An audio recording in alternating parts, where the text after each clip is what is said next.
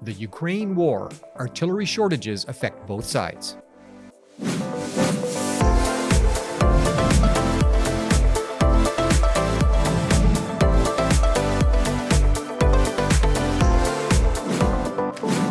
Today's episode is brought to you by engineering.com, a globally trusted source for engineering content.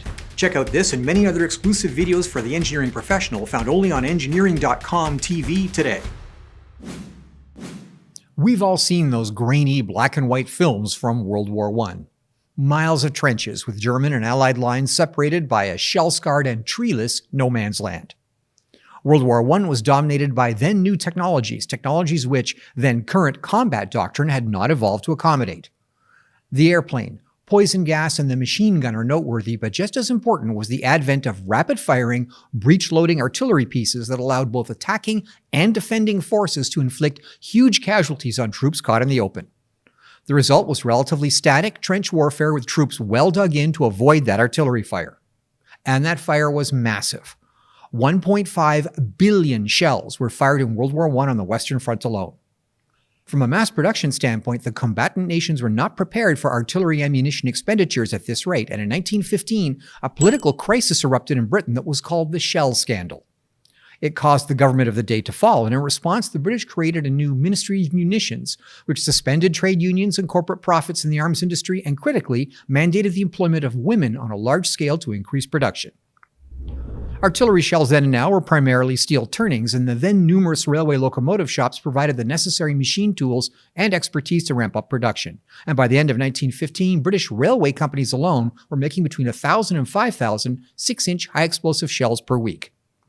Now fast forward to 2023, and the war situation in Ukraine looks surprisingly similar to that of 1916. Extensive trenches and two armies dug in with limited mobility. And also like 1916, massive artillery fire from both sides, rapidly depleting existing stockpiles of artillery ammunition. Why? Well, most modern war doctrine supposes that the current state-of-the-art in military technology would make warfare mobile, volatile, and fast-paced like the German blitzkriegs of World War II. What was not expected was trench warfare and set-piece artillery duels. And artillery ammunition quantities were designed to reflect this doctrine of high-mobility warfare.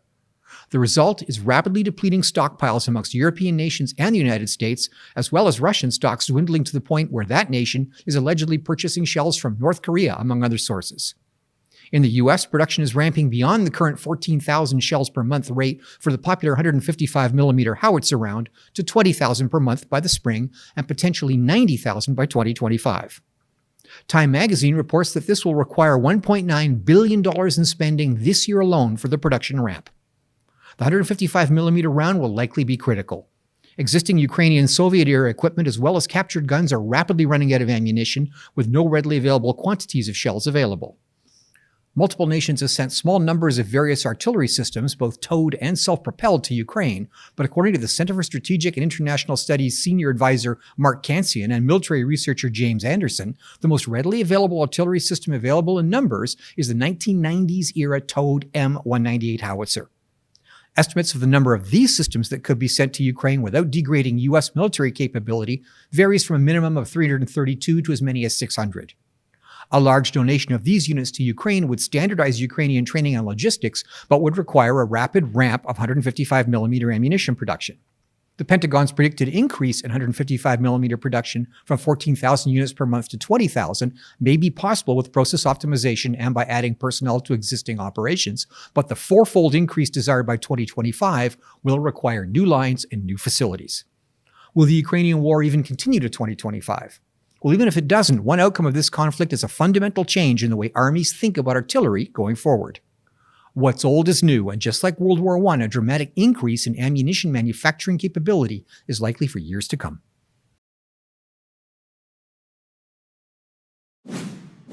Well, that's it for today's episode of This Week in Engineering, brought to you by engineering.com. For our deeper engineering series, visit engineering.com TV for exclusive shows like Manufacturing the Future and Designing the Future, not found on our YouTube channel. The links are in the description below. Thanks for watching.